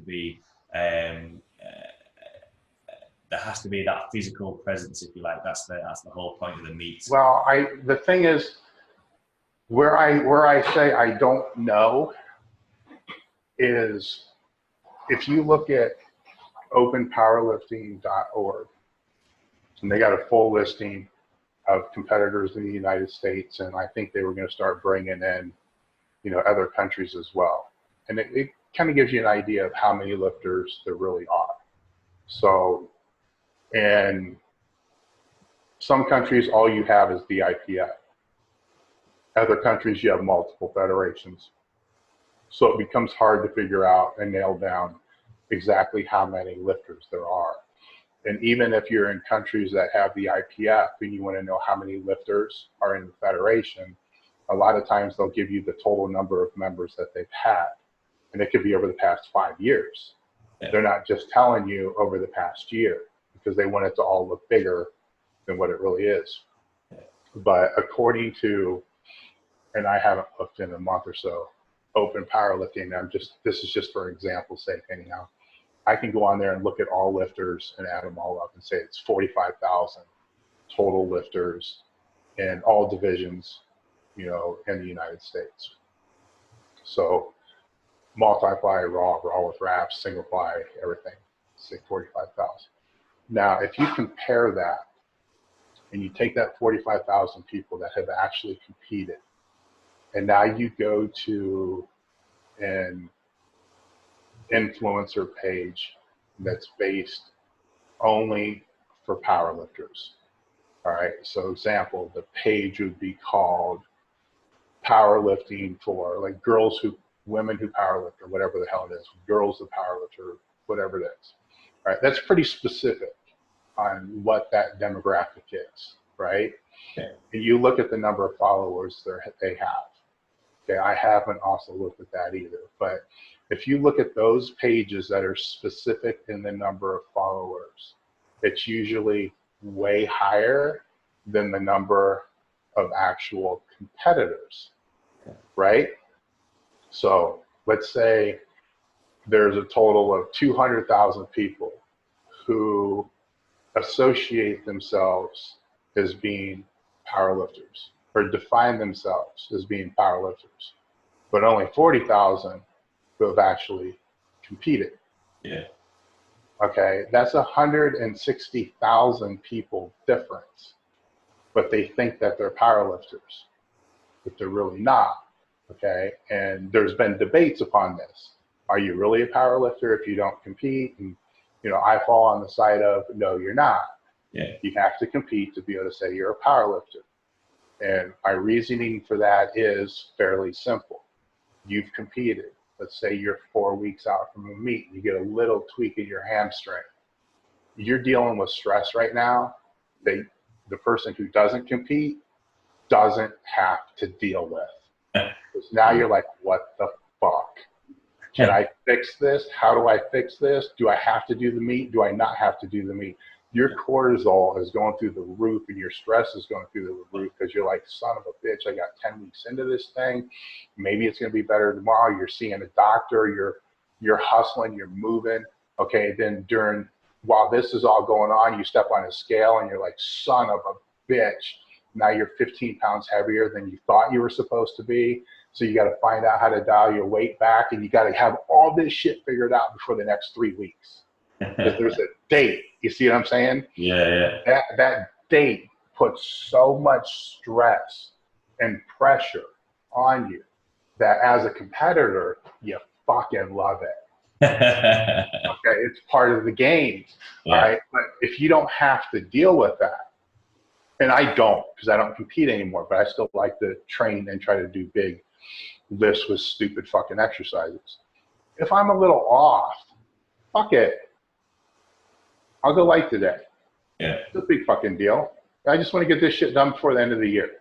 Right, I already hit 2 of my goals before the end of the year, so I guess I set some pretty shitty goals, or got really strong really fucking fast. But that stress isn't there. It's not like, oh shit, I'm so far behind. Fuck, that's the difference, because that's a huge stress difference. Because that difference, when that stress starts bubbling up like that, that's how you're treating your coworkers. It's how you're treating your family. It bubbles out everywhere, and you don't even know it. Now, if you don't have anything on the line, it doesn't come in 3 weeks. You're like, fuck it, I'll let it rest. Give it a week. They'll be fine in 2 weeks. Yeah. Just kind of like off season. So it's a big difference. Yeah. So that's where I say, when we're going back to the original conversation, does it matter? Does it not matter if you have these online competitions? I don't know, because the majority of the people who say they're powerlifters don't compete. Mm-hmm. So are they making the rules? Are they not making the rules, but are they deciding the future? Or are the competitors deciding the future? Yeah, think about that, because that's a fucked up thought. It is interesting, because there is so much out there, and don't get me wrong, there was a stat that came out for British powerlifting saying that the people that are competing is building year on year. But it's interesting what you said there about, when it comes to, there might be X amount of followers or anything, and a lot of those might not have competed. It is interesting for me. I hope that the in-person meets and more people just get involved and get involved in strength sports or powerlifting. Because like we mentioned before, when it actually comes to meet day, people get along. It's a good environment to be in. Quite a broad range of topics covered there. I know I said, before we jumped on this chat, thanks a lot for taking the time to chat with me. From everything that we've chatted about there, for everyone listening, what would be your take-home points or words of wisdom? If they're a powerlifter, just be patient but rushed, right? It is not, I've been around long enough to know this, right? I don't like the statement of it's a marathon, because it's not a fucking marathon. It's a series of a lot of sprints. Okay, so it's like a lot of 440s. You know what I'm saying? So, I think sometimes when people are looking at it from the standpoint of it's a marathon, they're thinking, you know what, I got 10 years to be able to get this done. And then the next thing that they realize is, now they've got married, now they've had a kid, and, life has changed. They're in a new chapter of their book, and they never got done what they really wanted to try to get done. So, not to force things, but if they're a powerlifter and they really give a fuck about it and they're competitive about it, just my big thing for me was I never wanted to leave the sport asking myself, what if? I could not live with myself if I had to do that. So for those people that are taking the sport seriously, that would be the advice that I would give them is, it doesn't always have to be your number one priority. It can be your second or your third. I was one of the people that I regret making it my number one priority for as long as I did. But, I can't change that. I can only learn from that. And, it had its positives and it had its negatives. But I think it could have been done, at times not being the first priority. But at other times I had to have the throttle all the way to the fucking floor, to be able to be able to walk away and not say, what if? I mean, I gave up a big chunk of my life, half of my life, if not more, to this. And, all the injuries and wear and tear that I'm dealing with now.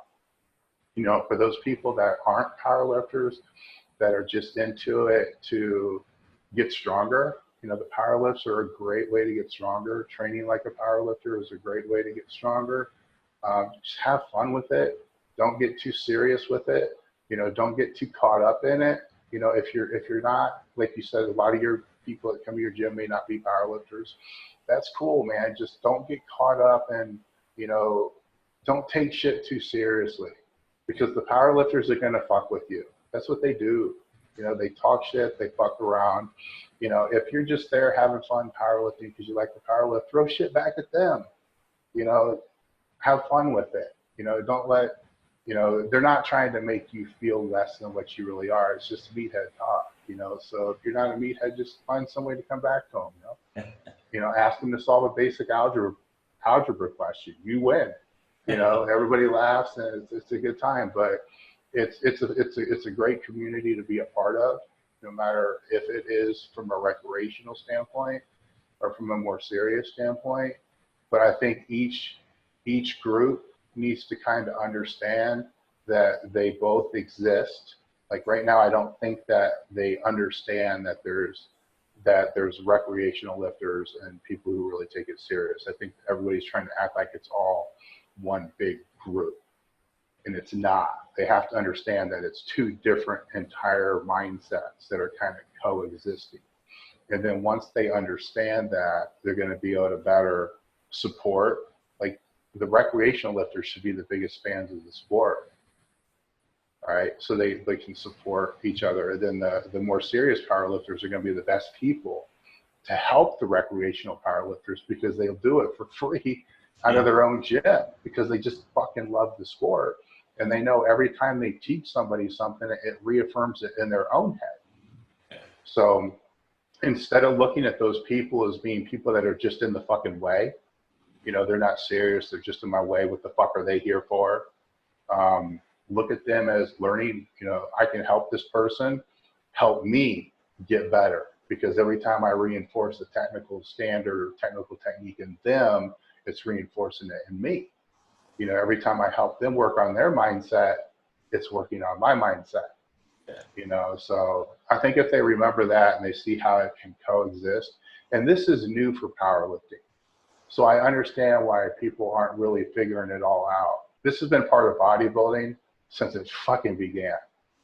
You've had recreational closet bodybuilders or whatever they were called, forever, to where only the minority of people ever stepped on stage, but everybody trained like a bodybuilder. Well, now we have it in powerlifting, and it's not a bad thing. It's actually a good thing. It's just we have to figure out how to make it coexist better. I think that's a really good point to finish on. And key statement that you finished on there. Make it better, rather than making out that the recreational powerlifters are a nuisance, like, or vice versa. Really enjoyed chatting with you. I've been looking forward to chatting with you since we put a date in the calendar for this chat. I hope everyone enjoyed listening to Dave speak as much as I did. For everyone listening who might want to follow the content that EliteFTS put out there, and go towards the website and the information that we put out, where can people find you and the content that is put out there? I have my blog that's on there, but they can find me on Instagram at Under the Bar. And I'm more accessible on Instagram because I will answer all my DMs. Facebook, I am on Facebook, but I don't look at Messenger. It's just too polluted. It's become like a spam mess. And right now, I'm hoping that doesn't happen with Instagram. It's been pretty clean up until the last few months. I've been starting to get some really weird, like Russian spam prostitute messages that are really weird. But it hasn't been, so as long as that it stays like email, it stays clean, then I'll answer all my DMs. And it's not that I don't like, the dirty DMs or, stuff like that. It's just when your inbox is so polluted that there's like 100 messages and you got to filter through all 100 to find 20 of them that are people that are actually trying to ask questions, then I can no longer use the service because it's taking too much of my time. Yeah. Instagram has not been that way. And even now, it's only like 3 out of 50 every day that are some stupid spam thing. Yeah. But for the most part, I try to answer every single one that I get. So that's the most accessible way, you know, to be able to get a hold of me, and then the website. Spot on. Thanks a lot for taking the time to chat with me. Really, really enjoyed it. Like I say, thanks a lot for taking the time to speak to me. I hope everyone enjoyed that as much as I did, and I will see you all next week. Thank you.